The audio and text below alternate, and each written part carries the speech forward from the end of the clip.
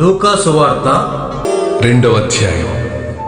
ఆ దినములలో సర్వలోకమునకు ప్రజాసంఖ్య వ్రాయవలెనని కైసరు ఔగుస్తు వలన ఆజ్ఞ ఆయను. ఇది కురేనియు సిరియా దేశమునకు అధిపతి అయి ఉన్నప్పుడు జరిగిన మొదటి ప్రజాసంఖ్య. అందరూ ఆ సంఖ్యలో వ్రాయబడుటకు తమ తమ పట్టణములకు వెళ్ళిరి.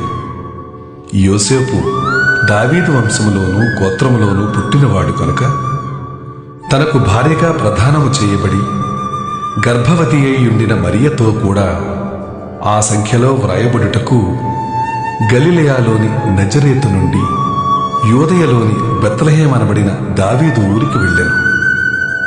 వారక్కడ ఉన్నప్పుడు ఆమె ప్రసవ దినములు నిండెను కనుక తన తొలిచూలు కుమారుని కని పొత్తిగుడ్డలతో చుట్టి సత్రములో వారికి స్థలము లేనందున ఆయనను పశువుల తొట్టిలో పరుండబెట్టెను. ఆ దేశంలో కొందరు గొర్రెల కాపరులు పొలములో ఉండి రాత్రివేళ తమ మందను కాచుకొనుచుండగా ప్రభువు దూత వారి యొద్దకు వచ్చి నిలిచెను. ప్రభువు మహిమ వారి చుట్టూ ప్రకాశించునందున వారు మిక్కిలి భయపడిరి. అయితే ఆ దూత, భయపడకుడి, ఇదిగో ప్రజలందరికీ కలుగబోవు మహా సంతోషకరమైన సువర్తమానము నేను మీకు తెలియచేయుచున్నాను. దావీదు పట్టణమందు నేడు రక్షకుడు మీ కొరకు పుట్టి ఉన్నాడు. ఈయన ప్రభువైన క్రీస్తు. దానికిదే మీ కానవాలు. ఒక శిశువు పొత్తిగుడ్డలతో చుట్టబడి ఒక తొట్టులో పండుకొని ఉండుట మీరు చూచెదరని వారితో చెప్పెను.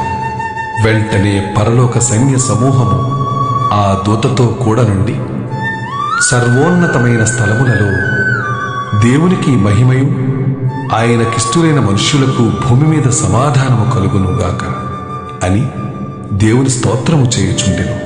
ఆ దూతలు తమ యొద్ద నుండి పరలోకమునకు వెళ్ళిన తరువాత ఆ గొర్రెల కాపరులు జరిగిన ఈ కార్యమును ప్రభువు మనకు తెలియచేయించి ఉన్నాడు. మనము బెత్లెహేము వరకు వెళ్ళి చూతము రండని ఒకనితోనొకడు చెప్పుకొని త్వరగా వెళ్ళి మరియను యోసేపును తొట్టిలో పండుకొని ఉన్న శిశువును చూచిరి. వారు చూచి ఈ శిశువును గూర్చి తమతో చెప్పబడిన మాటలు ప్రచురం చేసిరి. గొర్రెల కాపరులు తమతో చెప్పిన సంగతులను గూర్చి విన్నవారందరూ మిక్కిలి ఆశ్చర్యపడిరి. అయితే మరియా ఆ మాటలన్నీ తన హృదయములో తలపోసుకొనుచు భద్రము చేసుకొనెను.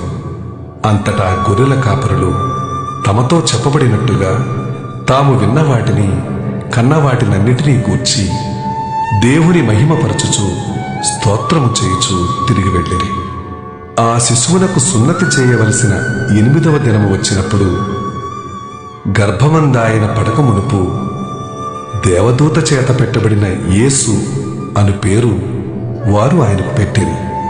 మోషే ధర్మశాస్త్రము చొప్పున వారు తమ్మును శుద్ధి చేసుకుని దినములు గడిచినప్పుడు ప్రతి తొలిచూలు మగపిల్ల ప్రభువుకు ప్రతిష్ఠ చేయబడవలెను అని ప్రభువు ధర్మశాస్త్రమందు వ్రాయబడినట్టు ఆయనను ప్రభువుకు ప్రతిష్ఠించుటకును ప్రభువు ధర్మశాస్త్రమందు చెప్పబడినట్టు గువ్వల జతనైనను 2 పావురపు పిల్లలనైనను బలిగా సమర్పించుటకును వారు ఆయనను యెరూషలేమునకు తీసుకొని పోయిరి.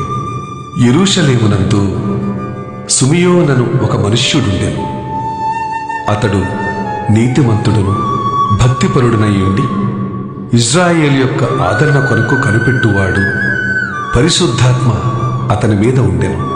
అతడు ప్రభు యొక్క క్రీస్తును చూడక మునుపు మరణము పొందడని అతనికి పరిశుద్ధాత్మ చేత బయలుపరచబడి ఉండెను. ఆత్మవశుడై అతడు దేవాలయములోనికి వచ్చెను.